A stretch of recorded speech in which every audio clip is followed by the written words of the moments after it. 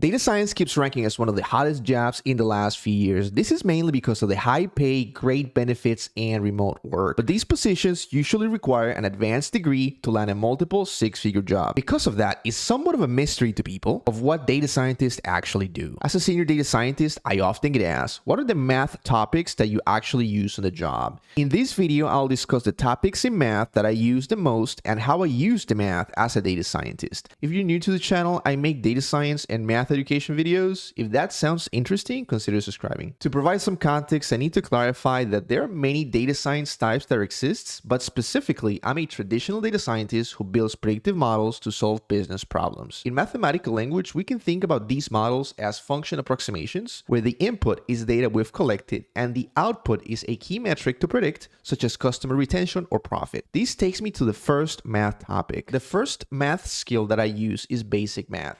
As a data scientist, I need to be able to write down the formulas for the problems I'm solving. For that, I need basic algebra and functional notation. In the function approximation context, imagine we're working for a bank and we're trying to predict which customers will stop paying their loans. Our goal is to come up with a function that predicts if a person will default or if the person will not default. There are a few ways to solve this. We can use logistic regression, gradient boosted trees, or neural networks. Knowing which one to use and when depends on many factors, such as the quantity to predict, the assumptions about the data collection process, and the industry. Even for these possible solutions, we can see that there's actually other basic math that's involved, such as summations, transformations, and derivatives. Derivatives are extremely important because for most of these formulations, we don't have exact analytical solutions. This is why knowing optimization is really important. Now, the field of optimization can be very broad and theoretical. For the most part, in modern data science, we only need to be familiar with gradient-based methods. Examples of these methods are gradient descent, which is a first-order method, which utilizes the first derivative, or Newton's method, which is a second-order method. There are others that we should be aware of, such as stochastic gradient descent and adaptive descent, but these are just extensions of gradient descent. Thankfully, most optimization solutions are already incorporated in most statistical and machine learning software. Practically, my day-to-day of optimization reduces to simply selecting the correct tool for the correct problem. This brings me to my next topic, linear algebra. Linear algebra is my favorite math topic that I use on a daily basis. I use linear algebra in three specific ways. The first way is to compute vectorized operations. Manipulating data becomes so much easier when you can perform operations directly on vectors and matrices. Second, most technical documentation and data science papers are expressed in terms of matrices and vectors. Having a solid knowledge of linear algebra allows me to read these complex topics and incorporate them into my work. Lastly, linear algebra allows me to have an intuition beyond 3 dimensions. Most data science and machine learning problems come in hundreds or even thousands of dimensions. Sometimes we need to reduce the dimension of a problem because of redundant information, and linear algebra provides us the tools to exactly do that, such as principal component analysis. This brings me to the last topic that I use the most